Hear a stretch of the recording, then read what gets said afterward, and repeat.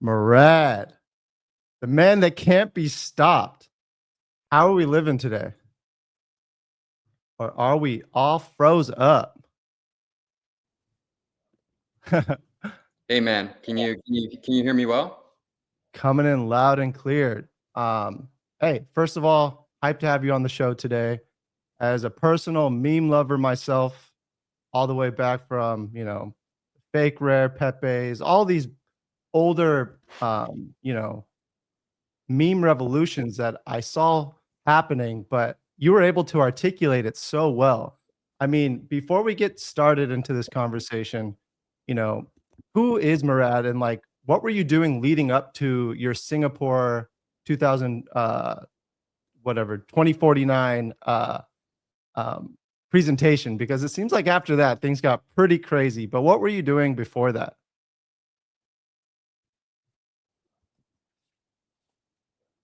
Yeah. So, just I guess a short introduction about myself. I'm originally from Azerbaijan. Mm, Spent 8 years almost in the United States. Lived in China. Lived and worked in Hong Kong. Lived and worked in Singapore. Was very lucky to be in China in 2013, mhm, during the time when BTC first hit $1,000. So was kind of in the right place at the right time. Got introduced to some of the early miners, some of the early people, and that's how I got my start. Like many other people, didn't do much 2014, 2015, mhm. and once the sort of ICO Ethereum boom got going in 2016, 2017, I realized that crypto is the future, and essentially been doing different things in crypto ever since. Writing, blogging, on-chain analytics, trading, investing, building in DeFi, and lately it became pretty clear to me in early 2024 that meme coins are going to be a big theme this cycle. So I kind of went all in on that. Yeah, I mean, we love to see it. What I noticed that was super cool was, a lot of people had conviction in meme coins. There was a clear kind of um, draw to them, and for me, the thesis was kind of clear. Of like for Pepe, for example, when that came, with all of the Matt Fury art and rare Pepe, and there was just so much content around that. And when the token came, I just knew that it was going to be extremely easy for people to make content around it, for people to kind of gravitate towards it, know the narrative, and kind of built this cult like movement around it. And especially with the way that it launched, I mean, we have some things with the team, et cetera, that we don't need to really dive into, but it was very clear. But what I noticed that was really cool, that what you did was you were able to articulate it so well in your speech, because a lot of these degens could, we're bred and we grew up on the internet. So like when we see something like this, we just can check the boxes. But what I loved about what you did was you broke down the numbers. You also kind of built, not only thesis, but kind of really painted the picture of what's currently happening, not only in crypto, but in TradFi, and why this model is flawed. And I want to jump into kind of like how VCs have kind of played kind of an extraction role in some of these tokens and kind of pulled away from their their momentum to kind of get to some of these meme coin catalysts that just go parabolic. But I guess when you were leading up to that speech or that presentation, what inspired you to really do that? Like, what was the big? Were you involved in a lot of these tokens? Like, what was the moment? Was there a moment where you're like, I need to start preparing for something like this and getting all this together? Because it seemed like a quite prepared presentation. Yeah, I mean it's already my third cycle, third and a half if you count the last months of 2013. But really, it's my third cycle, and I've been seeing these things come and go. Um, the way I see it is very simple. Mhm. For the past 10 years, founders and VCs have been performing what I jokingly call global IQ arbitrage. Okay.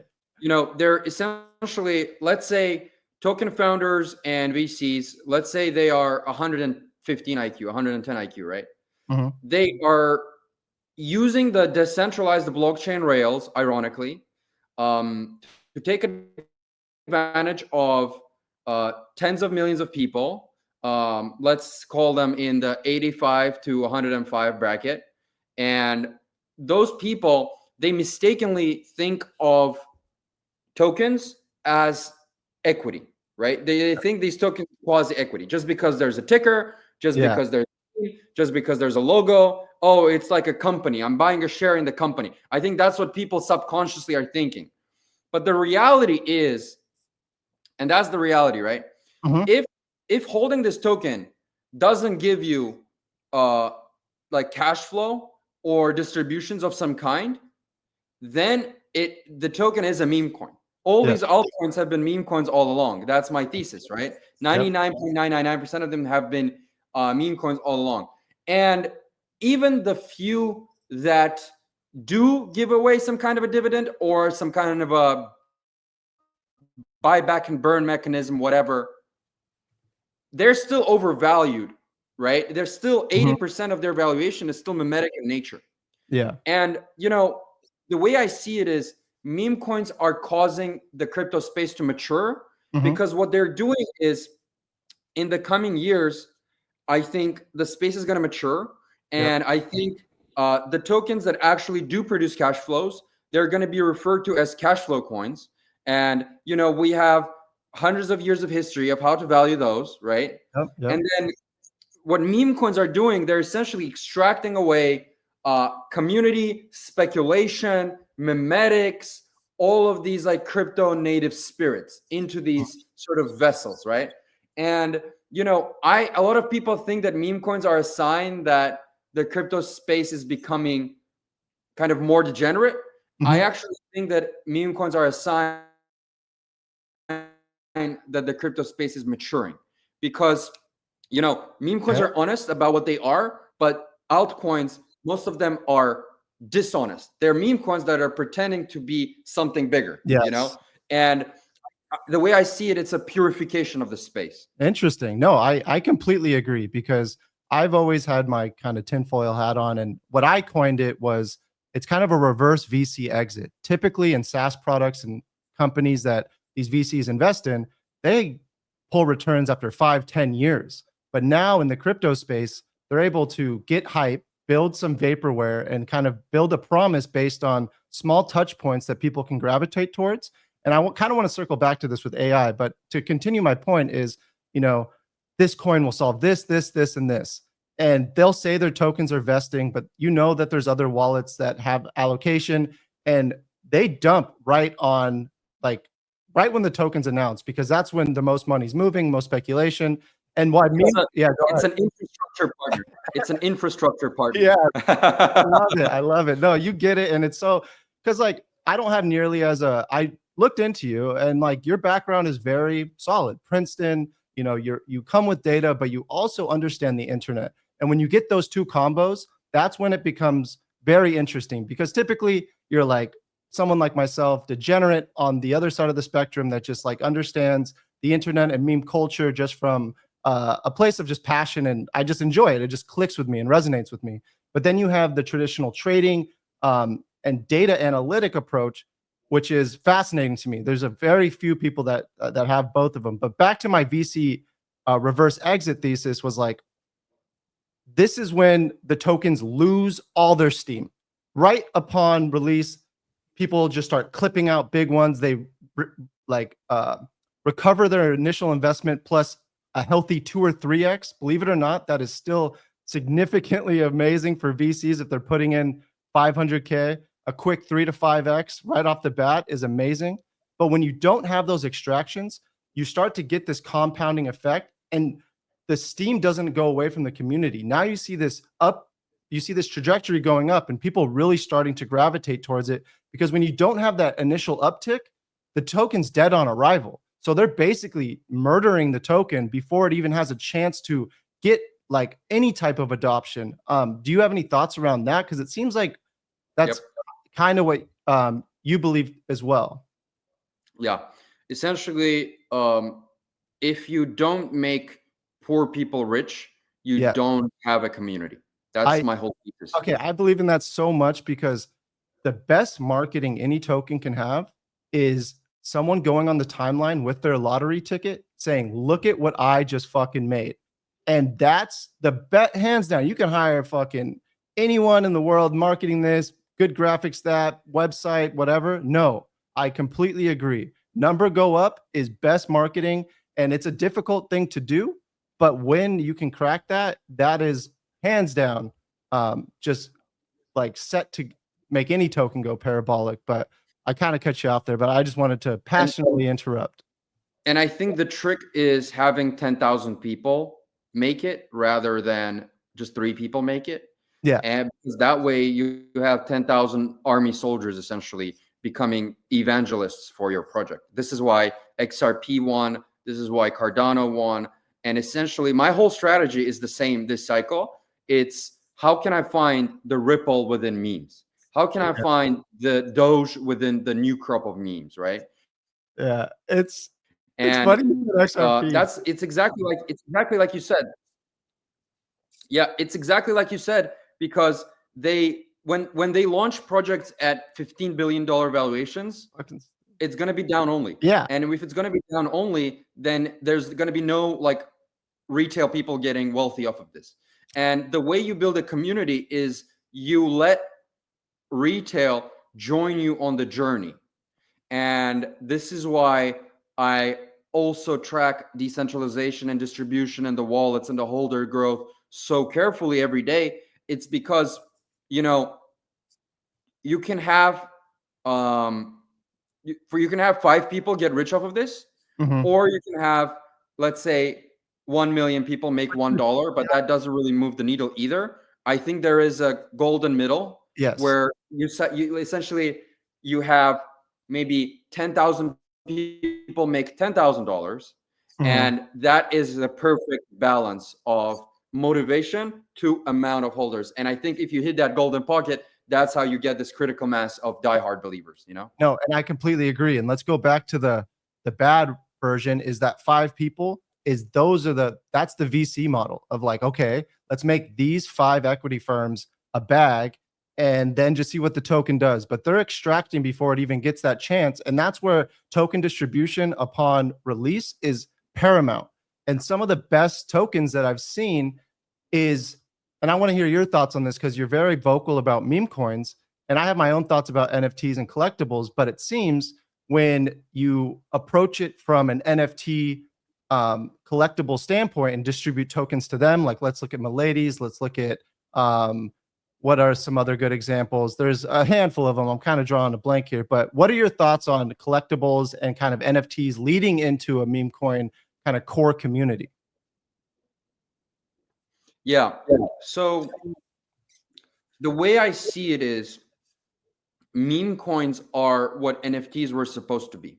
So the fundamental problem with NFTs Mhm. is even if you look at successful ones, you essentially have about 4,000, 5,000 holders evangelizing 10,000 or 20,000 illiquid JPEGs, right? But with meme coins, both sides of the equation are better because instead of having 5,000 people promoting 10,000 illiquid JPEGs, you now can have 1 million plus people promoting one single Mhm. liquid token. And Yeah. that's just so much more powerful in terms of virality potential. You know what I mean? But to answer your question more specifically, you know, if you only airdrop a coin to a certain NFT collection, you're still going to be faced with those issues of relatively limited distribution. I think Mhm. a lot of people understand this, and this is why this cycle they've been either airdropping to like 20 communities so that it's spread around a bit more, or what they've been doing is they've been doing both NFT communities and meme coin communities and kind of trying to get distribution that way. You know, so that's one way of doing it. Mhm. That's kind of trying to shortcut your way to distribution. I think it's much better when it's more steady, more organic, and people like the first 1,000 people, first 10,000 people, they buy out of their own personal desire to buy in, right? Mhm. Rather than getting air. Like that's my whole one of my thesis is that airdrops don't really build a community. What builds a community is fairness, organic and actually good memetics, like an actual good narrative, So that's what I think. Yeah, no, I think that makes a lot of sense. And like for me, like I can't help but think and compare you to the Roaring Kitty. Like I had that thought this morning. I was like, dude, Murad is basically the meme coin GameStop messiah at this point, because in a similar position, it's like believe in something. And that's something, the narrative there was like, hey, let's take this shit over. And it was very internet driven. And now do you feel that? Do you see that connection that I'm drawing there? Absolutely. Yeah.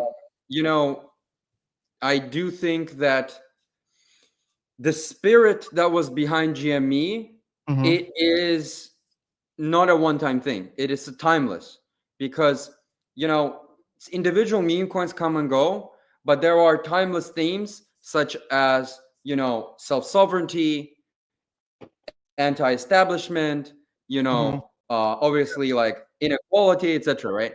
And Hmm. so I think we're gonna see a resurgence of those kinds of topics in the coming years, because like inflation is they're gonna keep printing money, and those types of emotions in people, they're gonna keep resurfacing, and this is a big part of my thesis, why people will be drawn to memes, because memes as a whole are essentially a giant middle finger to the VC altcoin industrial complex. No doubt. But the best meme coins, they are they expand beyond crypto. They Hmm. expand beyond crypto into a wider audience, and I think that's the key of hitting those 50 billion, $100 billion targets. You need large addressable markets. You need to be normie friendly, and you need to hit on themes that people are going to be very passionate about. You can Hmm. manufacture attention for a week, but the question Yep. is, can you sustain belief for a year? That's the real question. No, I completely agree. And it's I've been watching some of your other discussions and interviews, and you've said a few things of like you have a few different bets on like horses or coins, if you will, that have several that check several different boxes of like, is it able to produce uh content easily? Is it easy for other people to create? I'm very big on that. I think a great example of this is like Mog and Billy on Bitcoin. The runes is like putting glasses on anything, right? That is something that is easy for anyone to do. So that checks a box. Can the community easily create content? And then is there an underlying moral or like something that's a bit bigger than you said that transcends crypto? Something about like fuck the establishment, or kind of pushes some type of narrative that you know a large corner of the internet can get behind. Are there other big check boxes that that you kind of dive into and dissect as you're kind of producing thesis around these tokens? Yeah. Yeah. So for me, I personally like to buy things that have been out for at least like 3 to 7 months, because instead of gambling on new launches, I would rather see which things have died and which things are like still surviving after a big dip, which Hmm. is bringing me to a second point. I love to see like multiple big dips which have subsequently community managed to survive, which shows resilience as well. Third thing is, I like there's a concept called internal targets. Hmm. Like sometimes I'm in a group chat of a meme coin, and they're like, we are just shooting for like 500 million, and I'm like, okay, then I'm out. Then you know what I mean? Because it's like if you're not shooting for 10 billion plus at least, then it's pointless. The whole thing is pointless. You need to be extremely ambitious. This is one of the reasons. And I don't want to get too shilly, but this is one of the big reasons why I like SPX 6900, because the goal is the It's goal not, is we're jumping in the trenches. We're going into the degen room now. We're talking tokens. All right. So you said you don't want to shill, but I mean, we got to talk about this stuff. We got to build out these theses, but go back to where you were. I just want to switch the setup. We're in the degen basement now. So now let your degen colors fly, Murad. Let's get it. awesome. Yeah, so it- it's no secret by now that the coin I'm most bullish on is Bunzy. for this cycle is SPX 6900. And I like SPX 6900 because it's the most ambitious and it has the highest mimetic ceiling. I think it has the best narrative because the goal is to flip the stock market. And actually, the internal community goal is 69 trillion. Now, I've seen coins out there this cycle. Some coins are shooting for 1 billion. There are coins shooting for Shiba Inu, which is like 50 billion. There are coins shooting for Doge, which is like 100 billion, right? But SPX is shooting for 69 trillion. Now, this sounds crazy at first glance, but if you actually with a T, let's fucking get it. All right. but if you actually think about it, this is actually extremely bullish because if you study past giant winners in crypto, Mm-hmm. you know how XRP community, they think that it's going to go to $569 and replace the global Swift system or whatever, right? Yeah. Now, it doesn't matter whether you believe it's going to happen or not, but what matters is that there's that army of people pushing towards it. And essentially, it's the same thing with Cardano. Like Cardano, like no one is using that shit, but their community is crazy. Their Yeah. community is crazy. And there've been similar vibes with Doge and Shiba as well last cycle. Like it's all about the army. It's all about that culty community. That's my whole thesis. Mhm. And SPX, it has the fastest growing community, like week to week. 3,000 new holders on E, 3,000 new holders on Solana, 2,000 new holders on Base, and it's like growing faster than anything right now.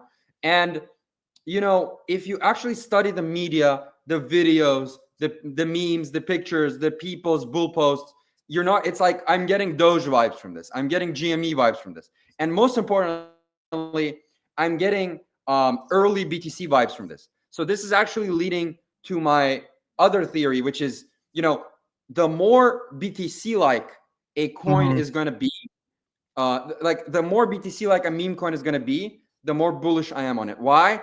Diamond hands, cut Mhm. like, neo-religious like zeal, passion. Yeah.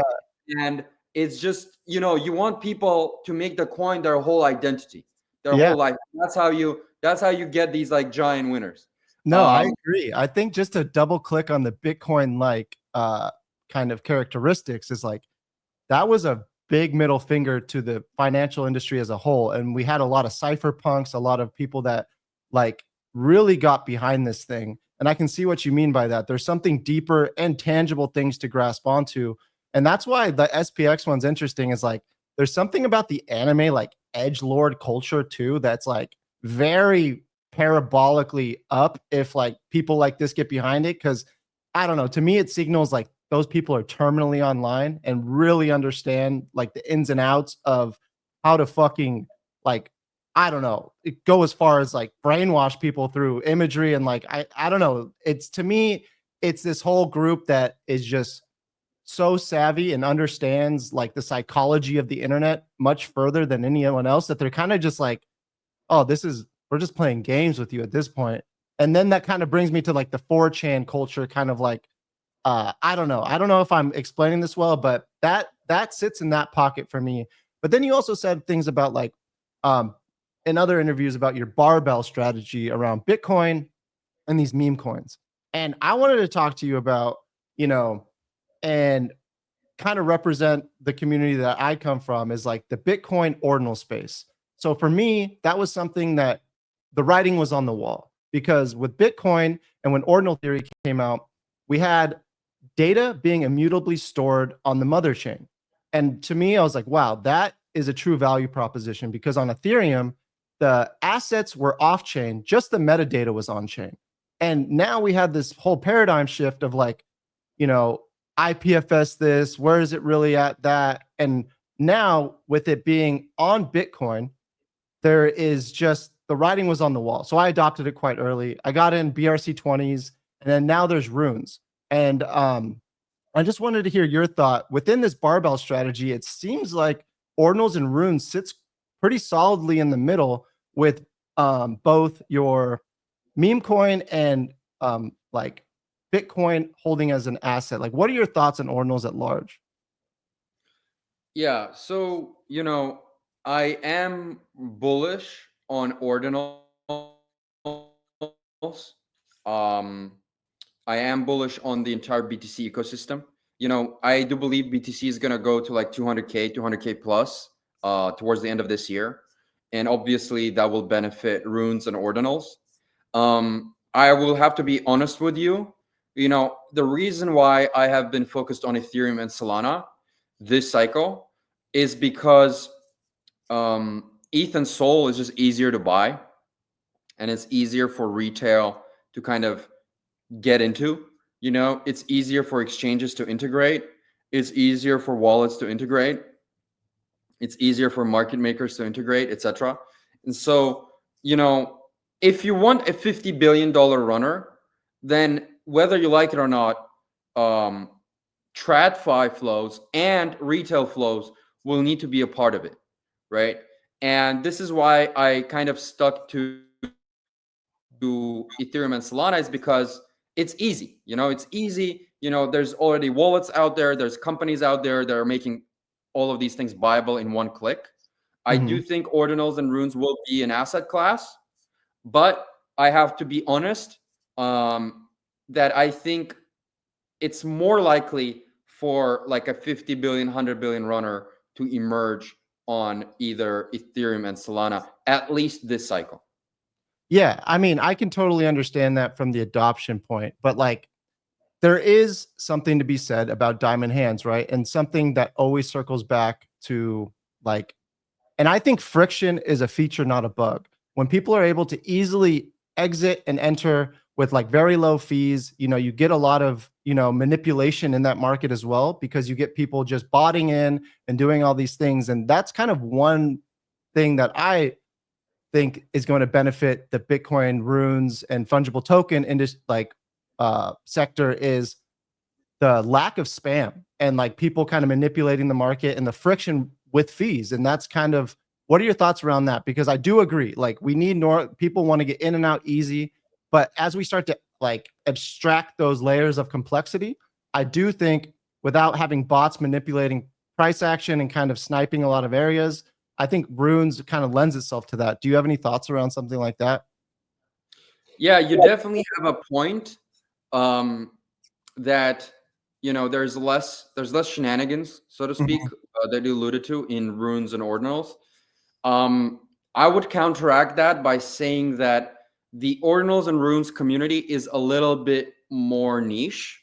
It's a little bit smaller. It's because it's focused on like the BTC people, but also not all but you also not including the hardcore Bitcoin maxis that are there only like for the monetary aspect of it.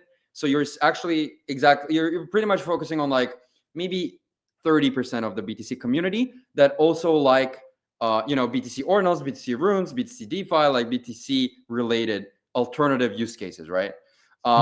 My thesis is the best memes ultimately in the future, they're going to be chain agnostic. They're probably going to be bridged everywhere. Yeah. They're going to be on all the chains. So for me, what matters more is the meme itself rather than what chain it originated from. Now, I understand the argument of like ordinals people saying that, oh, there's like more security guarantees. It's more legit. It's like more like it's like, the mother chain. But, if we're being practical, then I think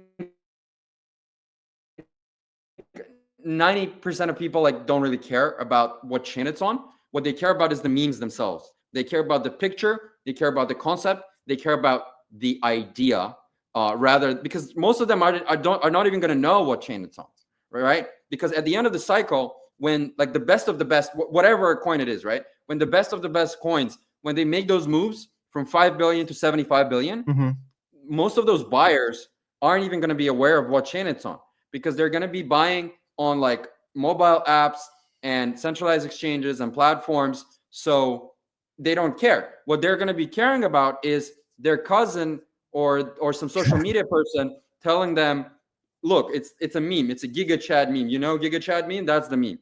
They won't care what chain it's on.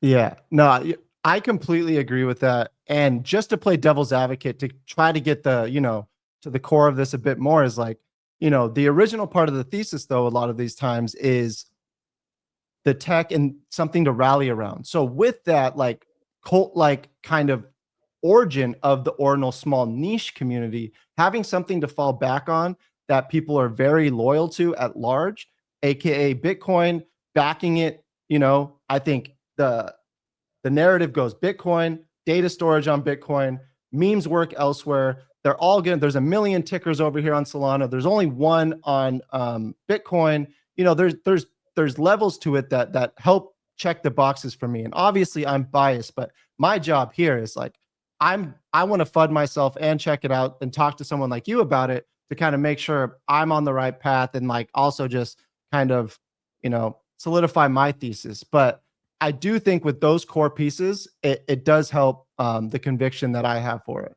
Do you Oh, like your audio cut out. pups more, or Yeah. do you like pups more, or do you like dog more? Yo, can you hear me? Your audio, I couldn't hear you. Yeah. So let me I see. said, do Uh-oh. you like Move from stage, add a stage.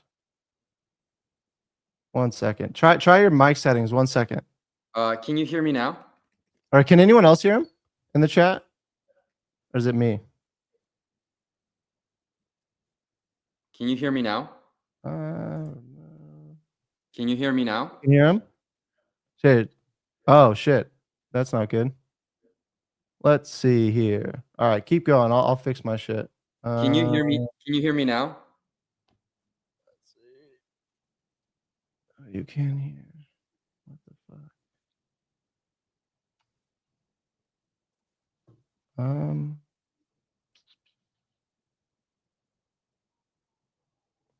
Yes. Can hear. All right. If you want to jump in, I'm gonna try to see what Hey I can do man. on my end. Hey man. Mhm. Can you hear me? Can hear both. God damn it, man. Hey man, can you Keep hear me going, now? keep going. 1 second. I don't know what that will do. Fuck. Let me see. Yeah.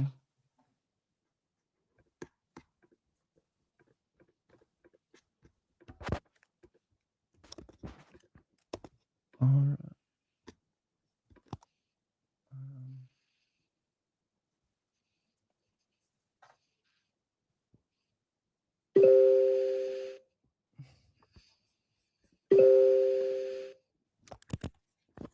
Hey man, can you hear me now?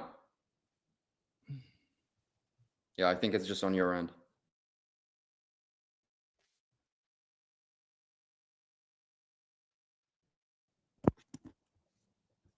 Yo, is that Hey man, can you hear me now? dude, what the fuck is going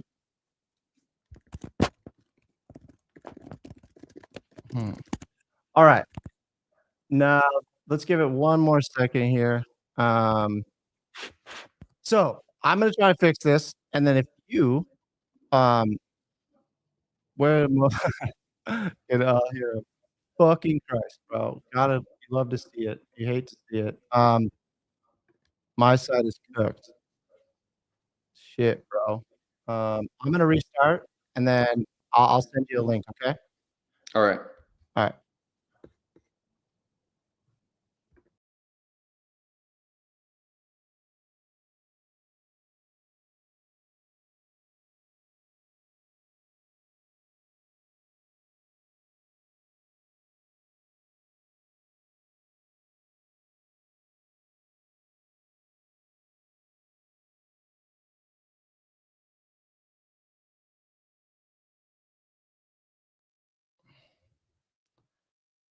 Be right back. Be right back.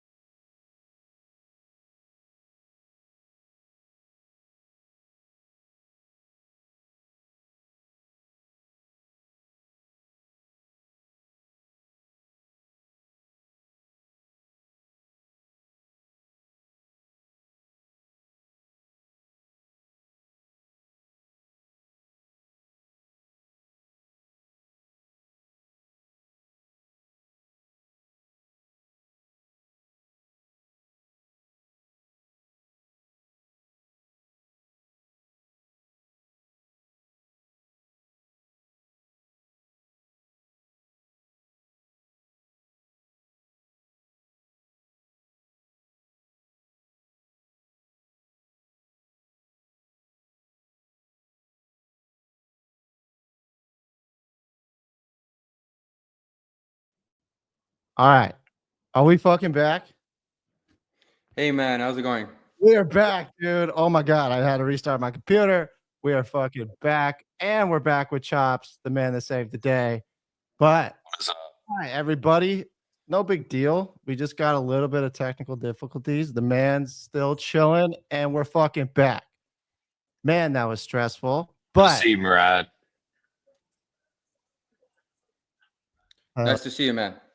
well, where were we? What were we talking about before my shit went poo poo? We were talking about, I think, Bitcoin and kind of how the rune thesis around that, and yeah, just you were hinting towards the throughput and kind of the speediness of some of these EVM chains. Makes it a lot more adoptable from the normie standpoint and things of that nature. Um, it kind of makes me think, like, you know, with the Bitcoin barbell strategy, is there any other assets that you're kind of looking at, or is it just Bitcoin and then meme coins at a very kind of turbo level? Yeah, so when it comes to stores of value, I'm much more bullish on Bitcoin than I am on Ethereum, Solana, and other alt L1s. Mhm. I'm essentially a Bitcoin maxi when it comes to money, when it comes to like currency. Um, Altcoins in the middle of the barbell, I'm deliberately avoiding. Essentially, I think they're mostly scams, 99% of them. I really like meme coins because they have that community spirit that you would see in like 2017. And ironically, that's also when XRP, ETH, BNB, all these coins, they launched at like 30 million, you know? And the problem with the current crop is that there's coins that are launching at 30 billion. Of course, you're not going to build community, you know? So it's the same logic. It's just essentially the way I see it is meme coins are a spiritual reincarnation of the ICO wave. And at the same time, they're also NFTs done right. And in many cases, they're also DAOs done right. And so, yeah, so somebody's reminding me. Right before you cut off, I was asking you whether you like pups or dog more. Oh, fucking that's a great question, dude. I was not expecting Murad to hit me with some shells. All right, let's get it. I personally have an opinion on both. If I had to choose, because I'm going to answer you directly, and I'm going to ask you some questions after, and let's get some direct answers. Is I like pups simply because of the memetics, and that scratches my interest more than dog. So pups, Lucas, the artist, the way that the collection went out, it was very cheap. It had good distribution, and it's just a very good meme that people have started building upon. It built literally what I think is the one of the strongest core communities of ordinals, and it's easy to iterate on. You can put pups heads on multiple things. Farmer Joe did a really good job with the distribution of pups token. So if I had to choose one, it'd be pups. But for the sake of conversation, dog and what Leonidas achieved was very interesting as well. And this kind of goes back to what I want to highlight with kind of the origin distribution of tokens being with NFT collection, because it gives you a baseline of art and distribution advantages. So you start with something as illiquid as an NFT collection, but you get good distribution and you get a core community with a thesis that's not just gonna get deleted in a week, if you will. Like, it's a good stress test on a community, if you ask me. And the way that Dog was distributed with the airdrop and the runestone, it has the highest holder count. And why I think that's interesting is because the way people got the runestone was if you participated in the ecosystem and had over 3 inscriptions in your wallet, you were qualified for this. And I think that is a very good distribution method. Um, and so for different reasons, I like them. And then Dog has more of a normie, kind of approachable, very simple, um, you know, smooth brain, like, oh, dog go to moon. I've seen Doge go to moon, things about moon, whatever. Like, so that's kind of my zoomed out kind of thought on it. But yeah, I mean, what are yours if you had to choose one? Yeah, so those are really the only two ordinals I own in relatively small size. But since I'm not an expert on ordinals and runes, I just went for like these two relatively biggest assets. I actually totally agree with you. I think Dog has the better distribution and Pups has the better meme. Yep. Yeah. And I think this is kind of how, when I've been seeing you build out some of your thesis on these tokens, you have to have bets on multiple different verticals. And I know it's crazy to say, but there is a lot of different verticals within the meme coin cycle. And one thing I want to ask you is like, are you familiar with like rare sats on Bitcoin? Or is that something that you know about, or um, have you heard about them at all? I've heard about them, but I haven't delved into like specific tickers or anything like that. Cool. So, what I find super fascinating about Bitcoin and kind of the store of value, I know meme coins is a much better use of like an NFT, if you will, but artists are putting very strong collectibles onto Bitcoin. And one of the very interesting things that's happening is rare sats. Rare sats are made by, whether it's in the Genesis block, the first sat of the halvening. There's like a lot of different, um, things that make something like a rare set. But some of the collections that I'm bullish on are projects that kind of incorporate these in this. And this is something Control has done, and Penny, the artist, is just brilliant. And this is something that helps build my kind of conviction around some of these things. Is Penny is not only like a very credible artist that has done stuff with like Banksy and like, but he's also gone as far as they're releasing a rune, and he's built a lot of game theory around it. And that's something I think people really gravitate towards. Did you ever participate in like the Neo Tokyo style stuff back in like the ETH NFT era? I was observing it carefully, but I never participated myself now. Yeah, so it's super interesting, but it's a weird parallel to draw, but what he has been doing has been kind of been putting on like a really like a clinic on like how to get people into a community for a core thesis like art, because that's what I think is like the foundation, right? And then through kind of doing a poker game, it's the poker game's really interesting too. It's like the airdrop cards, and then now with game theory, you can kind of put together a hand, and then at the end of every block, or not every block, how many blocks is it, Chops? Do you remember? For what? For like For the accumulation Yeah, for the cards. for the cards. Well, I know for the Genesis pieces, it's every block it adds to your accumulation. But for the cards, I think it's a little bit more than that. But I mean, it's generally well, at least for the cards, it's round, so it's like it doesn't accumulate over a certain time. It's like there's a random snapshot between each month or between each like certain round. So it's like at the end of the round, if you had your stuff set up for your hand or your poker hand, it would grab that hand at that time and then give you based on your leaderboard position. Yeah, I guess just to circle it back to kind of like the what we were talking about with the runestone, is the distribution of the core token is going through some of these really cool, interesting phases to allow the distribution to increase and people to participate in it. So I think that's one rune I'm super bullish on, and it's something that they have another collection coming out. It's like pink wrappers. I don't know. I'm gonna have to send you more of this stuff, Mariah, because I want to get. I need to orange pill you some more because, with the way your brain aligns with a lot of this, I see it aligning with the Bitcoin ecosystem. But another thing I kind of want to jump into is let's see here, this recent kind of shakeout of the market, if you will, with Bitcoin. So I just want to hear your thoughts on this, because we saw price go up, and then we've been seeing this kind of shakeout in That hourly the last night was so weird. This like weird little stair step. Like, that oh, to me that was that this weird. this to me right here is just completely sus, and I want to hear your thoughts on this before I highlight mine. But this seems like a very strategic shakeout to a DCA back in. What are your thoughts on that, Murad? I think that was just a wealthy entity TWAPing, a wealthy entity Yeah. buying in.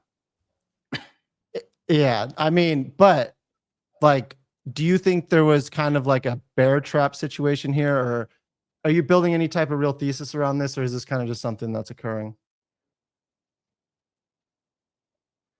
This cycle, so I used to trade on low time frames, but this cycle, I'm realizing that this is really not the way to go.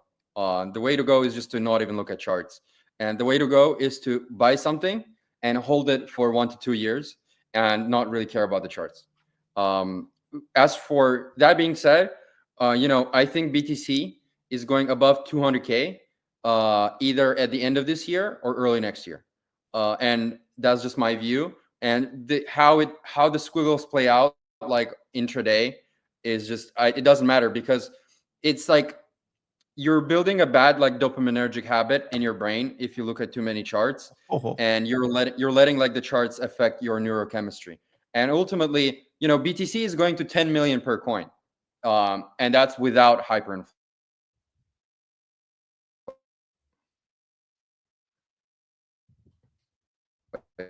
That's what I think. no, I mean, I couldn't agree more. Like, that's when I've made my best trades, is not trading at all, because I've guilty of over trading, kind of getting in my own way. And some of the bags that have produced the best for me are ones that I just haven't touched. But I find it difficult in this meme super cycle that a lot of these, there's so many opportunities. The timeline makes it seem like that, like, you made this 100x, but the likelihood of you selling that and not holding for a long period of time, because a majority of these are going to zero, like these other super alts, if you will. Like, how do you know which ones that you're going to hold? I mean, you've kind of explained that a lot on other discussions. Um, but if you had to break this year into quarters, right? Like, where do you see right now the Pico top? Because some of the things I'm looking at is the inauguration. Like, we're going to see some price action in traditional finance. I think that will roll over a lot into the Bitcoin ecosystem and everything going on in crypto.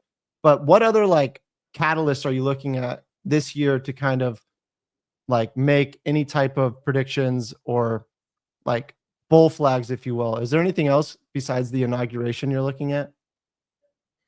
I don't even care about the inauguration. I think it's just Really? what's happening is what's happening is when people look at markets, they're trying to cling onto certain events to try to like create a story, create a narrative. But in reality, all that matters is there more buyers or is there more sellers?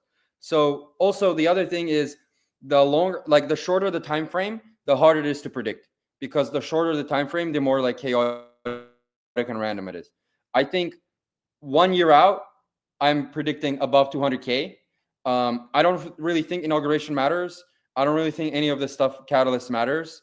I just think that there's going to be like more buying than selling as more and more institutions and countries are onboarded. And I think this adopting this strategy just made me very relaxed this cycle, you know? I could tell you, like, I told my friend to get into crypto last like 13 months ago. And he's just a regular 9 to 5. He owns a business. He doesn't trade crypto by any means. But I told him to get a few meme coins, one of which I know you would appreciate. Um, but I told him to get just a few meme coins. He put up, some money in each one, and like 13 months rolls around, I see one of them pumping, and I remember like he shared me what his wallet address was. So I was like, I went dug through the message history, pulled up his wallet, and it was like 1,000x. Like, and he hasn't done anything. He just like bought it, went back to work, and that was it. And so I was like, dude, check your wallet. And he was like, oh my God. Like that's totally a great case for, he just went about his world and like bought some stuff that he thought was really funny and was kind of cool. And granted, I told him which ones to get. So But at the same time, he wasn't messing with it. He was, that's just a really good example. And like, I think I was like, It's dude, funny. that's amazing. It's funny. We jokingly say normies make more money than full-time crypto Twitter people because they're not dopamine junkies. They're not like gambling addicts. And Yep, CT, the problem with 100%. the problem like the problem with crypto Twitter is they see one red candle and they give up. But the thing is, for a thesis, like here's the thing, right? Fundamentally, for 1000x to happen, you probably need a year or at least 2 years or something. You need some time, right? Because 1000x doesn't happen in one day. And of course, during that year, it's going to go up, it's going to go down, it's going to go up, it's going to go down. But the idea is going to go up more than it goes down, right? And these people, they are too impatient. And even if you look at pump fund statistics, there's only 200 wallets that have made over $1 million. But realistically, some of those wallets are probably the same person, and so it's probably 50 people, it's 60 people made over 1 million. But the timeline would make you think that there are people making $1 million every day, right? It's not the case. It's not the case. It's in their interest to make you think that, oh, it's so easy to make $1 million on pump fund, but it's very difficult. And because their whole idea is they're going to sell you the idea of making $1 million quick. You're going to join them and they're going to make 15,000 off of you. And that's just a constant thing. And so the way I see it is, in meme coins, there's essentially two sub-markets. There's the gambling and there's the cults. And I'm much more interested in the cults because, 100 billion targets, trillions targets, flip the stock market, next Doge, crazy narratives. And we just relax and bull post our way to trillions. And it's a much better lifestyle. Stop trading and believe in something. 6,900 is bigger than 500. You fucking love to hear it, bro. I guess one other random topic I want to quickly dive into is this whole AI narrative that has just completely seemed to kind of consume the timeline, and just want to get your thoughts on it are you looking at these AI tokens, and what is your overall thought of like this ecosystem or that kind of realm of things going on right now? I think as of right now, I think crypto X AI is predominantly filled with vaporware, cash grabs, and performance art orchestrated by KOLs and VCs to dump on retail. That's the realest shit I've ever heard. I think it's giving me very big metaverse vibes where there's a small glimpse and examples of it, how it could work. And there's things that a story and kind of an end result that people can, it's far off, but doesn't seem too far off. And people are like, I could see that happening. This thing is going to solve, it's going to do everything for me. Like it wrote an essay for me. Why can't it like manage my whole life? And for obvious reasons, that's a leap. The bigger issue is AI agents just don't need their own token. Yeah, facts.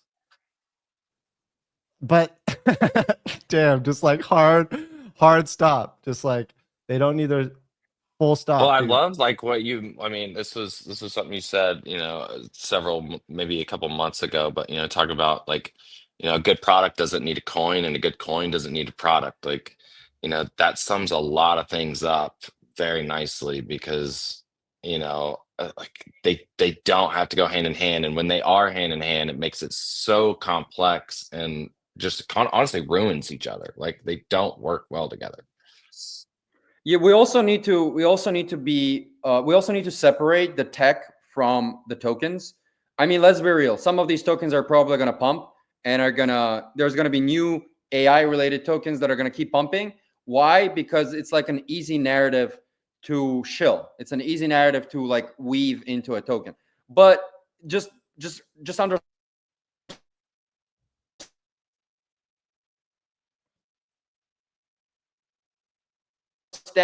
that there's going to be another LLM, another GPT development that is going to make all of the current stuff obsolete, and it's going to keep on happening. And also, it's going to be like animal coins essentially. It's going to be a very diluted. It's going to be a very diluted narrative because there's going to be like trillions of these things. Dude, I couldn't agree more. And the it is just the FOMO that gets produced on the timeline around these things is insane. And I completely agree. It's a KOL VC orchestrated kind of puppet show. And now that people are seeing AI all over the news, it just seems like it's quite insane. And that's why, back to your original comment, is like meme coins are just more honest at their core. And it doesn't allow for, like, when the team doesn't deliver or something, for everyone to completely just run around in shambles and be like, well, this AI bot isn't trading for me and making me millions. Like, the core value prop is like that cult community. Um, so I completely agree with that. Absolutely. So the one last question I have, unless Chops has anything, and Murat, if you want to ask me anything too, I was not expecting that, but that was amazing. Made my day.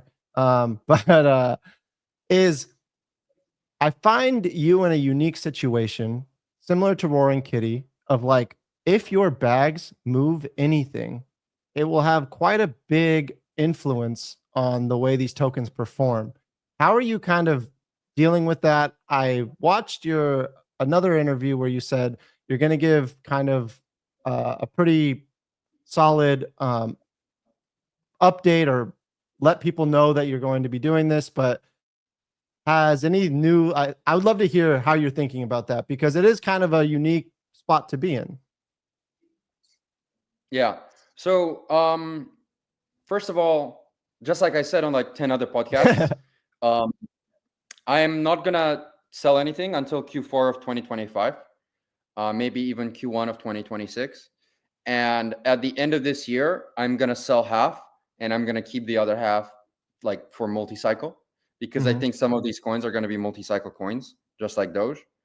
But ultimately, I think in this year, if my thesis about meme coins is correct, then there's going to be so many more new people, volume, listings, liquidity, etc., that my individual importance is going to diminish in relative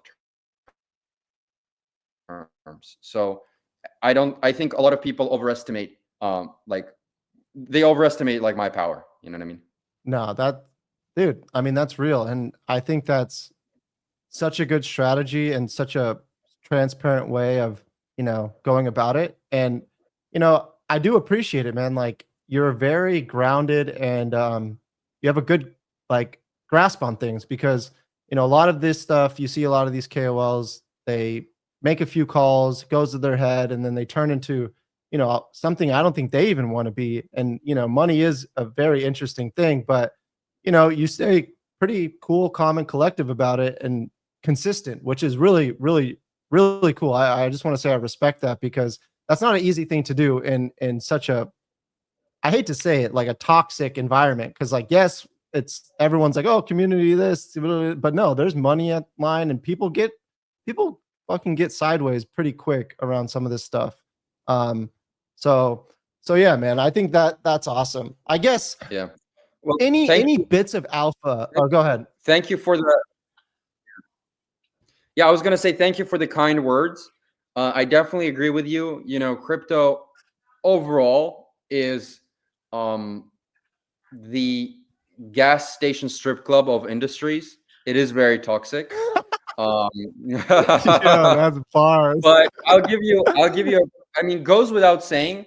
If you've been in crypto for over a year by now, you should understand this.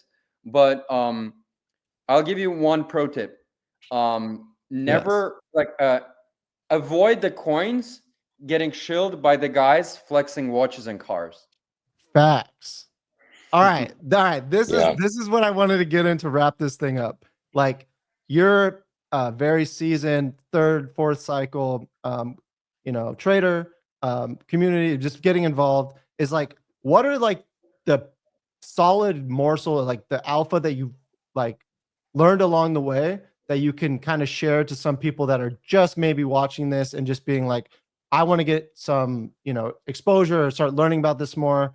Are there any like tips or tricks that you could share with people to kind of like, just because we've all gone through the trenches, and there's ups and downs, and you know, there's a lot of shit going on. So anything that you could share with the listeners to kind of like, you know, spread some alpha to some of these folks. Yeah. So my answer would be different depending on where we are in the cycle. Right now, I think we have roughly 1 year left, maybe a bit less, maybe a bit more. Call it 17 to 15 months, right? The best strategy is buy 3 or 4 coins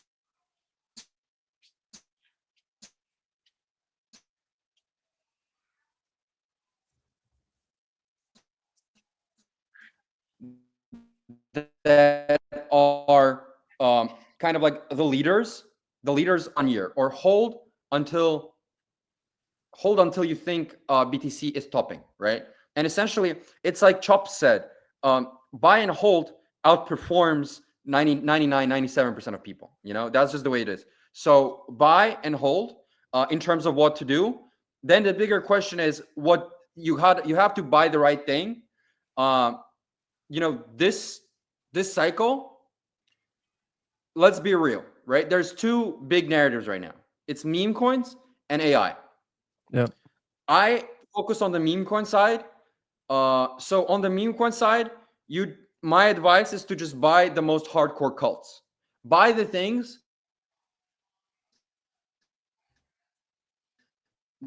that you think can plug. If you're trying to do buy and hold, focus on the things that you think can plausibly go above 50 billion.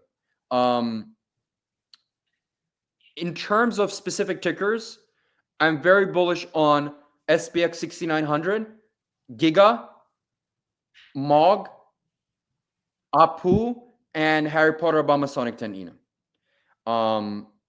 AI is obviously going to do well as well because it's a strong narrative outside of crypto. And then people come to crypto in order to tokenize it. But so I do agree that AI is going to be big this year. The problem is I think it's a little bit trickier to just buy the leaders and hold. Why? Because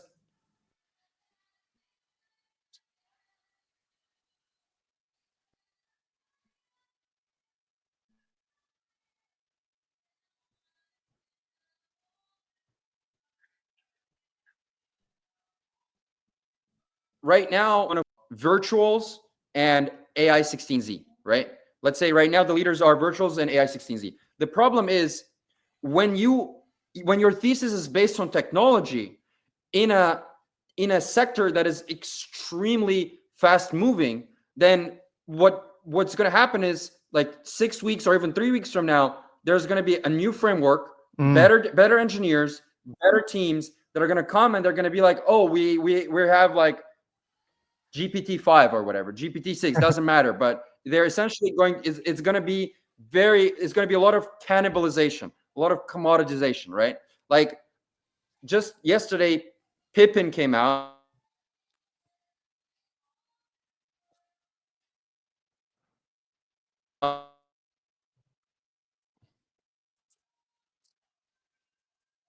In Z or whatever, and now Pippin is like the next big thing. There's going to be like with AI, there's going to be more runners from like 1 million to 500 million, but with meme coins, you're going to have like 50 billion runners, if that makes sense. It's because tech is a commodity. Tech is a commodity. My thesis is it doesn't actually matter whether something is a meme coin or a tech coin. You're actually buying into the people. What matters is the community. That's why I'm all about cults. And let me tell you, the community in meme coin cults is much stronger. In AI, a lot of people, they are very mercenary. You know, in AI and in the tech coins, there's a lot of trader types, and there's a lot of VC types. There's a lot of KOL types.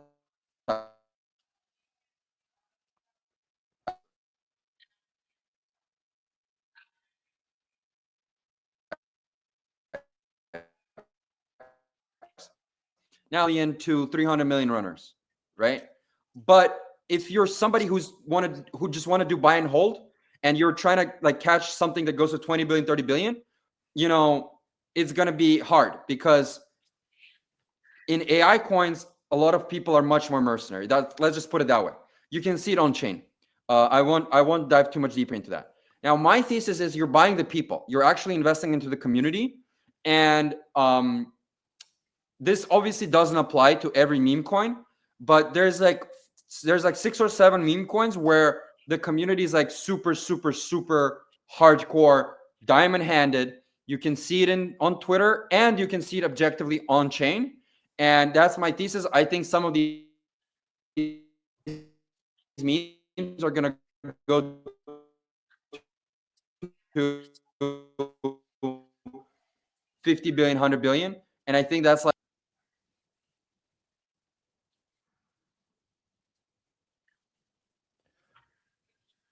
Well, I think Murad, the meme coins are definitely breaking the internet. Coming through a little, but I agree. I think this has not only been a great conversation, but I know it's kind of like with your points, you're just consistently hitting them. You're staying consistent with the points that you're making. And the AI is just, you're investing in tech, which is always going to be improved, enhanced, a new narrative. So you're going to have to stay very diligent with your bags. And, it's very difficult to know when to sell some of these things because they give such a promising future.